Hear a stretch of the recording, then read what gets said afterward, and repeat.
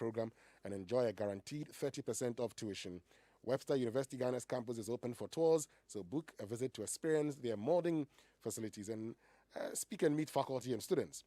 Call 0540120940 or visit webster.edu.gh for more information. So, before we get to Professor Bob King, listen to what the Vice President said over the weekend in Cape Coast. When you teach economics, you have to ask your students that question. Why is it that we ask that the debt levels... Amavida was shot in front of a single-room apartment at the Sofua Samai new site. The area looks... I want to let you think about one thing. You hear the NDC saying, but the debt level has gone up. Sure, the debt level has gone up, but economic management has not gone down. The debt level has increased, yes. But why do we want to maintain prudent debt levels? When you teach economics, you have to ask your students that question. Why is it that we ask that the debt levels be maintained at prudent levels? The reason is because if you do not manage your debt properly, it will affect your exchange rate, it will affect your interest rates, it will affect your inflation, it will affect your growth. Isn't that the case?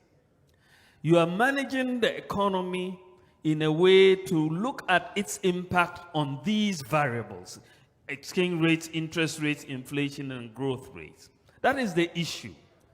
When the NDC was in government, well, way before they took us to HIPIC, remember the HIPIC period, they had mismanaged the debt levels such that we had very high inflation, very high exchange rate depreciation, very high interest rates, and low growth. That was the legacy they left us. By the time we were going towards 2016, the debt levels had increased to an extent where the inflation was going up, interest rates going up, exchange rate depreciation going up, and growth also coming down. And they had to run to the IMF for a bailout. Wasn't that the case? That was NDC economic management. Our debt levels have gone up, but what has happened to inflation? It has come down. What has happened to exchange rates? Depreciation has come down. What has happened to interest rates? It has come down. What has happened to growth? It is going up. That is a difference in economic management. It's a difference in economic management. There's one that is incompetent and there's one that is competent. And if you choose the NDC, you go to the incompetent path. You choose the MPP, you have competent economic management. They didn't have COVID, but they couldn't manage the debt. We have COVID, we've been able to manage it. And that of the NPP. First, let's look at what the developments were in 2016. On the specific note of inflation, indeed, the NDC in the year 2016, in December, had 15.4. So they left off 15.4 for inflation. Now, we know that the very month of December 2020 had the NPP leaving office with 10.4. So 15.4 NDC, 10.4 in December 2020 NPP. Now, the other development that he mentioned was in the area of, I think he mentioned also, yes, he mentioned interest rates. Yes. And specifically when it comes to interest rates, the minister's specific claim was that they had a better interest rate than the NDC when they left off in 2016. Specifically, let's look at what happened in 2020 by the end of the year. By the end of the year, the average lending rate was 21.1%.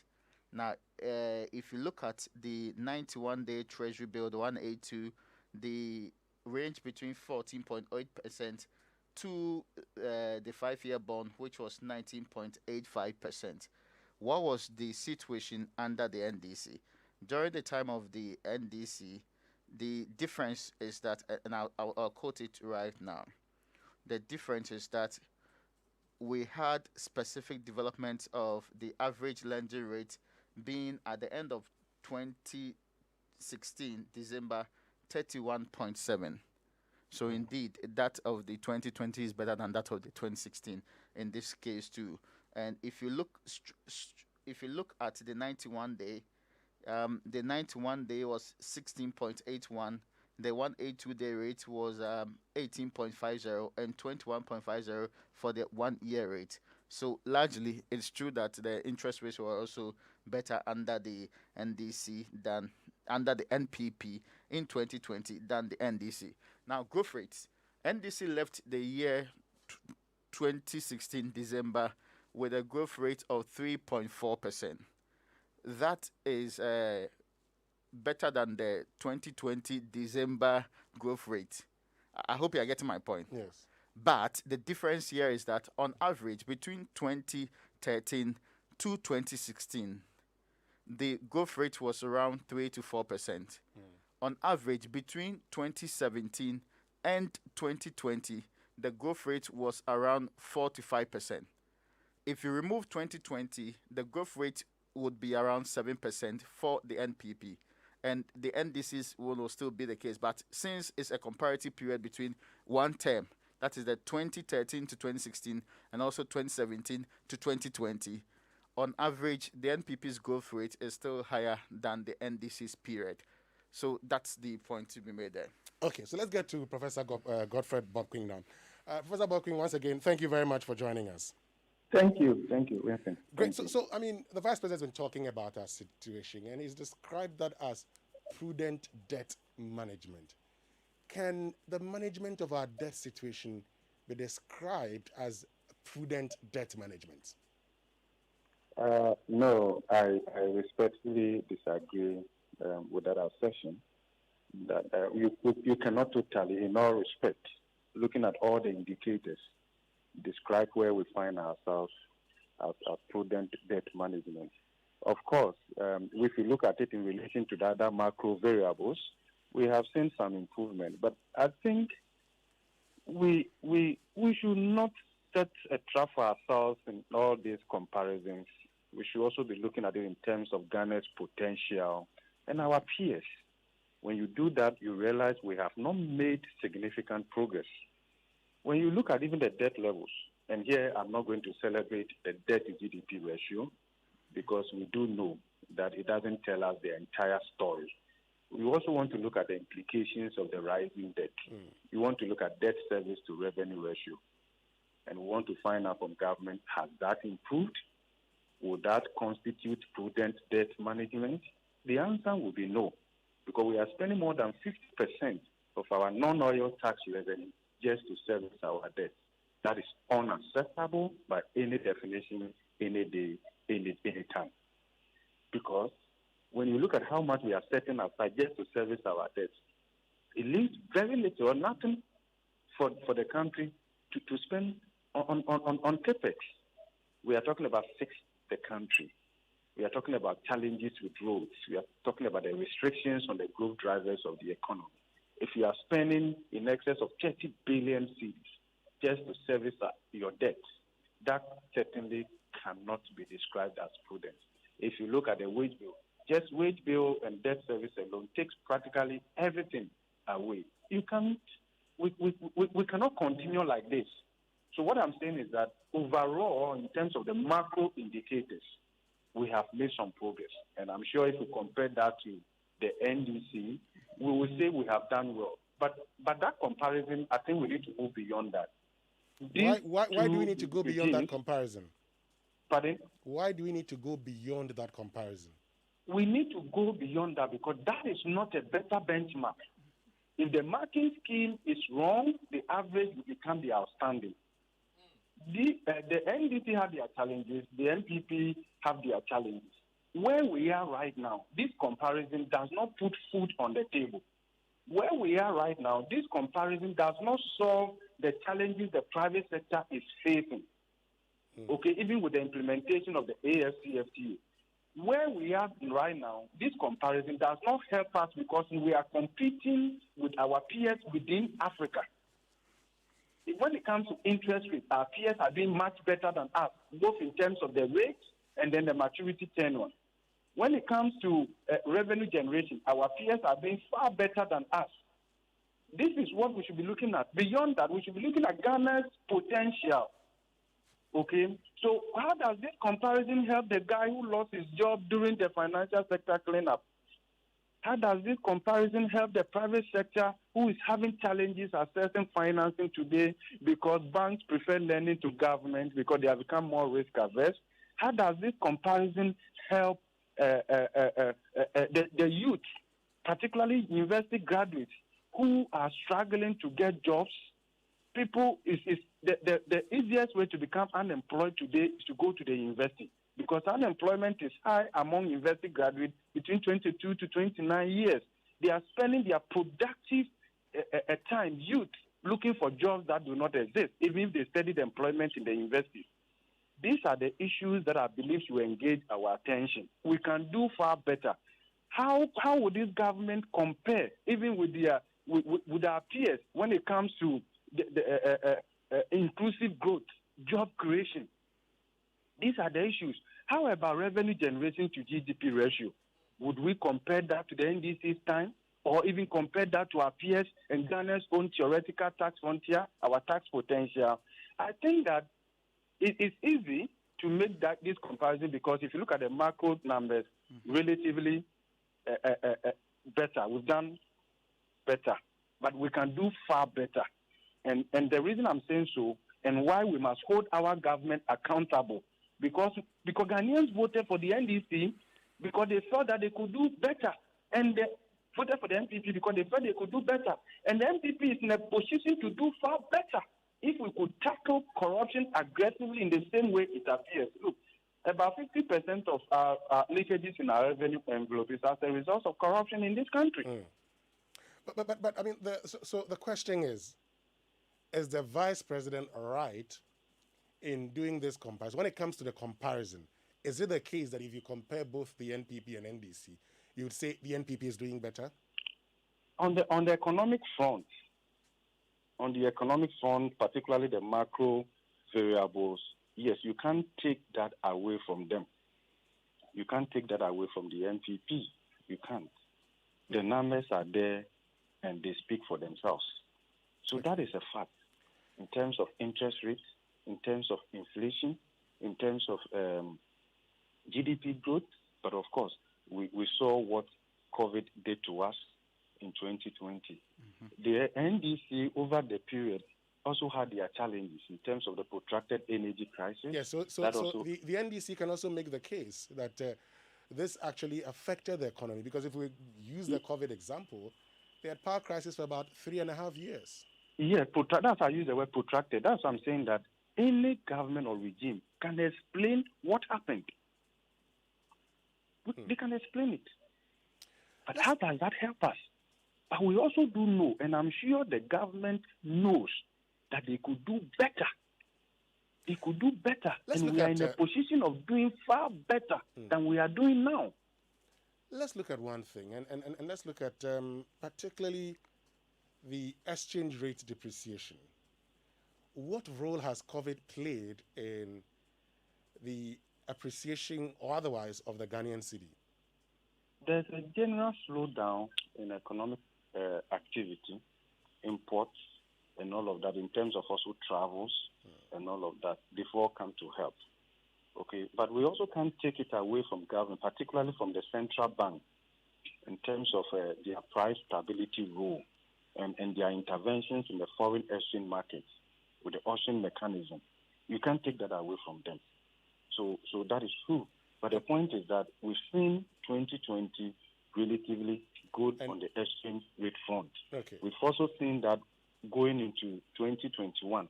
But Winston, you want to go back to 2019 and look at what happened. And look at the level of depreciation in 2019, where the depreciation of the cedi alone against the major trading currencies added in excess of 12 billion cedis to the public debt stock. It was under this same government, the NPP. You could look at what happened in 2019. Okay, so we've seen this, but the question also is sustainability, predictability. So we've seen some improvement, but of course, in the midst of so many negative things happening, I can understand why the vice president will do this presentation. Okay, because there's so many negative news in the system.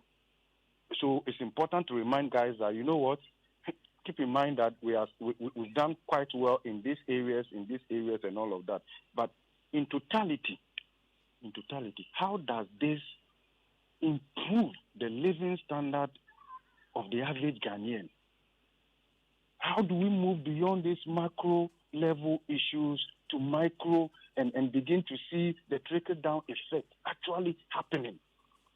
Since 1992, Winston, you will know that Ghana, we have been doing this comparison, short-term comparison here and there, NPP here and there. This country, this economy hasn't moved beyond macroeconomic stability. And we all do know in basic economics that macroeconomic stability is not an end in itself.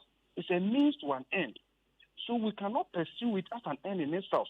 How do we build on this sustainably over a long period to ensure that it translates to micro level to the extent where we can talk about proper human development and all of that? I think that is my concern this morning. And I'm very sorry. I don't want to go on the same path as this comparison because we've done this so many times. Okay, just the same way that in 2020 the NPP can explain with COVID and all of that. But of course, all that happened in 2020 in terms of the macro numbers, GDP, in terms of debt level, cannot and should not be blamed solely on COVID. No, we can isolate the COVID effect. We can also look at our inefficiencies and all of that in all of this. So that's why I'm saying that, look, as a country, we should set proper benchmarks. And we should use that to judge our performance because our growth potential is high. We are going far below our growth potential. And we should be closing that output gap to our favor. This is the point that I'm making. Okay. When you look at the struggle with the indigenous Ghanaian businesses, we cannot celebrate this macro level development.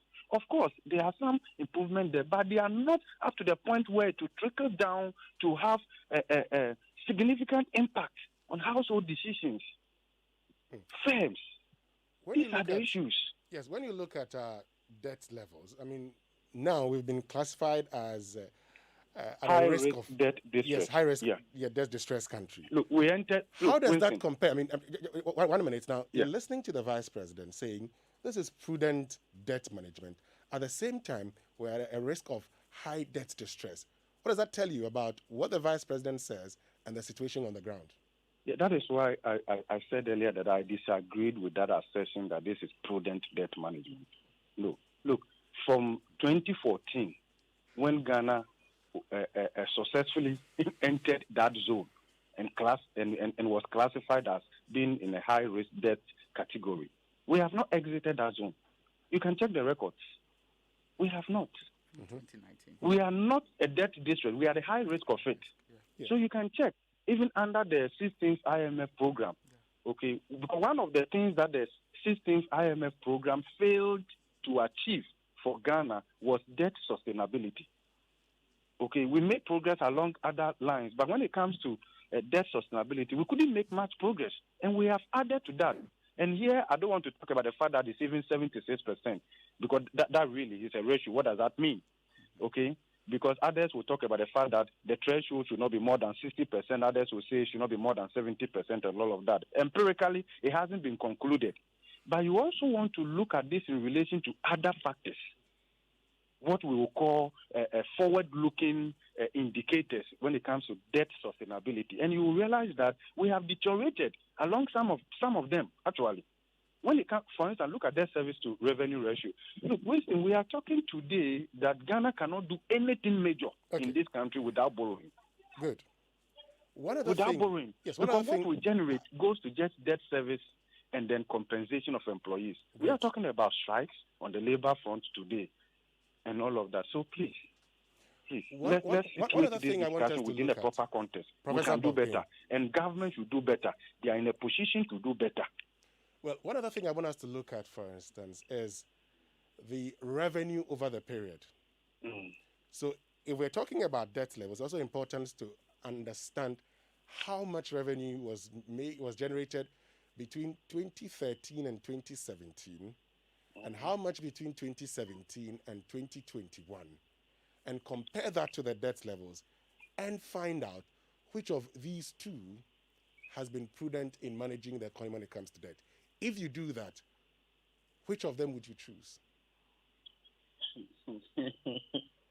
Winston, is there any better choice when it comes to these indicators you've talked about between these two government regimes?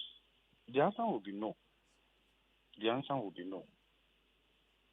Yeah, but the question is, I mean, if you look at the period, because if you look at your revenue generation to GDP, yes, and you look at what happened under the NDC over that period, you could see in terms of that our tax efforts slightly better.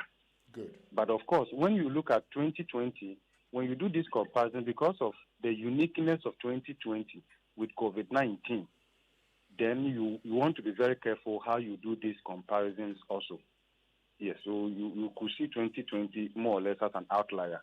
But of course, over a period, you will say that, well, there isn't much to choose from these two, because if you compare this to our peers, okay, with similar economic structure, informality, and all of that, our peers are doing in excess of 17%. Ghana is less than 13%. In fact, somewhere under the NDC, they did more than 14% over that period. But in all of this, they're not generating sufficient, even consistent with the size of our economy. Finally, on this, and there's one thing I want us to look at. We've seen our international reserves going up over the period. Now, what role does our international reserves have to play on the appreciation or otherwise of the Ghanaian currency? Yeah, so our international reserves plays a critical role in the stability of the currency. In fact, for international trade, for imports, for our credit worthiness on the international trade arena, the international reserves plays a key role. And that also explains why the cedi is quite stable. This government, on that score, has done quite well in building our international reserves. But of course, we have also borrowed to show our international reserves and all of that. Exactly. So if you borrow, Professor Bob King, if you borrow to show up your international reserve in order to, stabilize your currency, can't it be said that the stability we are seeing is artificial? That is why then you want to look at its sustainability. So if you're talking about sustainability, can't we then say this is artificial because we have done that by borrowing, shoring up international reserves, and by extension, affecting our rate of depreciation? Well, there's nothing wrong with that. There's nothing wrong with that. There's an exit point, and it will show up. Is that sustainable? Is that sustainable? No, it's not sustainable. It's not sustainable. We have to be able to structurally transform the economy and increase local content in the economy so that even when our trade balance is positive, the other factors in terms of fees, services, and income should also contribute to strengthening the stability of the currency. And we have to do that. And when I talk about local content, I'm talking about promoting indigenous Ghanaian businesses, regardless of their political affiliation. And in fact, then I listened to the food of thought from Ankrebo White. I think that summarizes my point for me this morning. We must be intentional in promoting indigenous Ghanaian businesses. Other than that, we are not making any progress. We'll continue to see progress, macro level development, GDP growth, and all of that. And inequality will continue to rise. Poverty will continue to rise until we do something structurally about our economy and put Ghana first in this Ghanaian economy. What is national about the national cake? What is Ghanaian about the national cake? When indigenous Ghanaian businesses are being treated unfairly, where multinationals succeed, indigenous Ghanaian businesses fail.